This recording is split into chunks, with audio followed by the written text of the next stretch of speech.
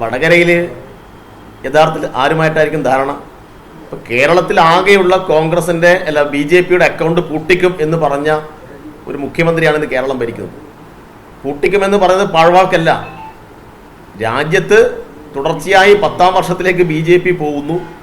വിവിധ സംസ്ഥാനങ്ങളിൽ BJP ഭരണം പിടിക്കുന്നു, പണം ഒഴുക്കുന്നു, ജനാധിപത്യം അട്ടിമറിക്കുന്നു.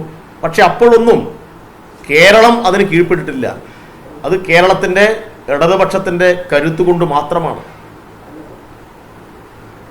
അപ്പോൾ കേരളത്തിലെ അക്കൗണ്ട് പൂട്ടിക്കാൻ നേതൃത്വം കൊടുത്ത ഇടതുപക്ഷം അല്ലേ, ഇപ്പം അവിടെ ഏറ്റവും കഴിഞ്ഞ തവണ ശ്രദ്ധിക്കപ്പെട്ടൊരു മണ്ഡലമായിരുന്നു പാലക്കാട്.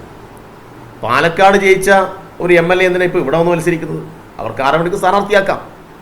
അപ്പോൾ സ്വാഭാവികമായിട്ടും ജനങ്ങൾക്കിടയിൽ ചില സംശയങ്ങളുണ്ട്.